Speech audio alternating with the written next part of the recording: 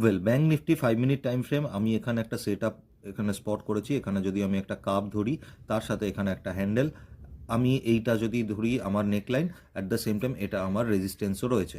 এটার উপরে যদি ক্লোজিং পাই তাহলে 1:2 টার্গেটে বসবো।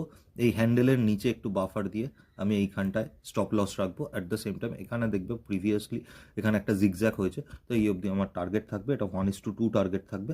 Let's see.